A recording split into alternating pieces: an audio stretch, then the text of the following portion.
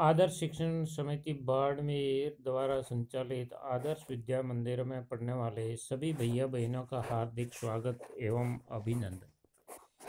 प्रिय भैया बहनों, पिछले अध्याय में हमने सर्वनाम के बारे में पढ़ा था। आज हम अध्याय 6 विशेषण के बारे में जानकारी प्राप्त करेंगे।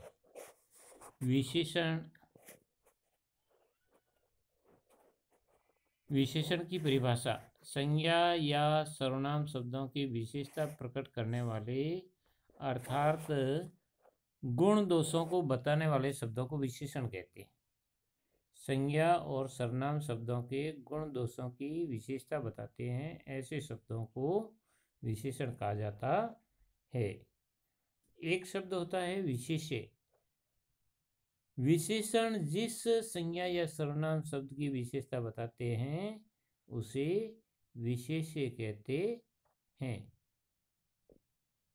विशेषण के भेद: हिंदी भाषा में विशेषण के मुख्य 5 भेद माने जाते हैं। पहला है गुणवाचक विशेषण, दूसरा परिमाणवाचक विशेषण, तीसरा संख्यावाचक विशेषण, चौथा व्यक्तिवाचक विशेषण और पांचवा है सार्वनामिक विशेषण। गुणवाचक विशेषण: जो विशेषण संज्ञा अथवा सर्वनाम के गुणों को प्रकट करते हैं उन्हें गुणवाचक विशेषण कहते हैं। गुणवाचक विशेषण विशेष्य के गुण, रूप, रंग, आकार, स्थान, दशा, स्वभाव आदि का बोध कराते हैं, जैसे अच्छा, गोल, युवा, चौकस, वर्तमान आदि। दूसरा प्रकार है परिमाणवाचक विशेषण। जो विशेषण शब्द विशेष्य के परिमाण अर्थात मात्रा का बोध कराते हैं उन्हें परिमाणवाचक विशेषण कहते हैं। इसमें विशेष्य शब्द प्राय द्रव्यवाचक संज्ञा ही होती है, जैसे 2 लीटर दूध या दूध की मात्रा का प्रतीक है 2 लीटर। थोड़ा पानी तो थोड़ा शब्द ये मात्रा का प्रतीक है। परिमाणवाचक विशेषण के 2 भेद होते हैं। निश्चय परिमाण बोधक अर्थात जैसे 5 किलो आटा समाप्त हो गया, यानी ये निश्चित है, आटे की मात्रा निश्चित है इसमें। इसी प्रकार से गिलास भर दूध गिर गया, इसमें भी दूध की मात्रा निश्चित है, कितनी है? गिलास भर। दूसरा प्रकार है अनिश्चय परिमाण बोधक, जैसे सारा आटा समाप्त हो गया। अब इसमें आटे की मात्रा का पता नहीं चलता, आटा कितना था ये कोई निश्चित मात्रा नहीं है। अब जितना था वो सारा समाप्त हो चुका है। थोड़ा दूध गिर गया, अब थोड़े का मतलब गिलास भर भी हो सकता है, बाल्टी भर भी हो सकता है, घड़ा भर भी हो सकता है और 1 चम्मच भर भी हो सकता है। यानी यहाँ दूध कितना गिरा इसकी कोई निश्चित मात्रा पता नहीं चलती है, इसीलिए इसको अनिश्चय परिमाण बोधक कहा गया है। जैसे बहुत से आम सड़ गए, अब आम की मात्रा कितनी थी यह निश्चित नहीं है, लेकिन जो थे या जितने थे उसमें से अधिकांश सड़ गए, इसीलिए यह अनिश्चयवाचक परिमाणवाचक विशेषण है। तीसरा प्रकार है संख्यावाचक विशेषण।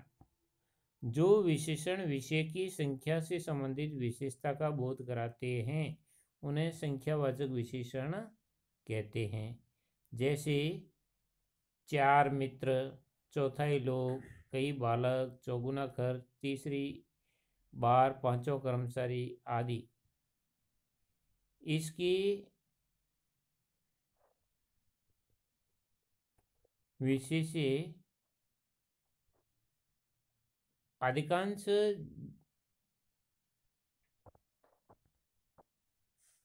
जातिवाचक संज्ञा होती है। संख्या विशेषण के दो भेद होते हैं, एक निश्चित संख्यावाचक विशेषण और दूसरा होता है अनिश्चित संख्यावाचक विशेषण। जैसे निश्चित संख्यावाचक विशेषण 1/3, आधा, चौथाई, पहला चौथा, तिगुना आदि। इसी प्रकार से दूसरा है अनिश्चित संख्यावाचक। इसमें संख्या का कोई निश्चित बोध नहीं होता है।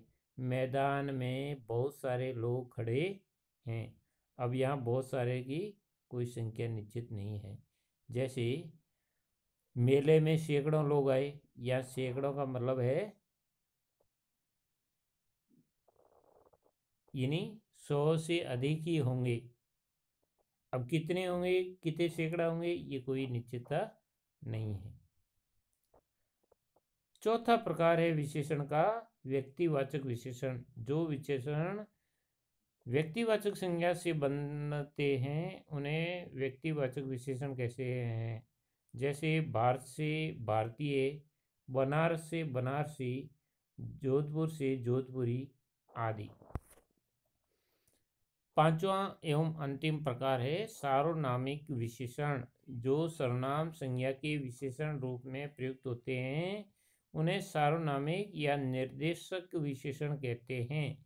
निर्देशक विशेषण प्राय सर्वनाम हुआ करते हैं। जैसे वह नौकर, यह फल आदि, कोई लड़का, यह बिल्ली आदि। सर्वनाम तथा सार्वनामिक विशेषण में अंतर यह है कि सर्वनाम अकेला प्रयुक्त होता है और सार्वनामिक विशेषण संज्ञा से पहले। जैसे सर्वनाम शब्द है यह मेरा है, जबकि इसका सार्वनामिक विशेषण होगा यह कुत्ता मेरा है।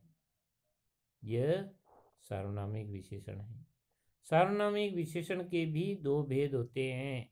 मौलिक सार्वनामिक विशेषण जो बिना किसी रूपांतर की संज्ञा के पहले आते हैं, जैसे कि यह, वह, कोई, वह, कौन आदि। दूसरा प्रकार है यौगिक सार्वनामिक विशेषण जो मूल सर्वनाम में प्रत्यय लगकर बनते हैं। जैसे यह से ऐसा, वह से वैसा, इतना से उतना, कौन से कौन सा, या कितना सा आदि।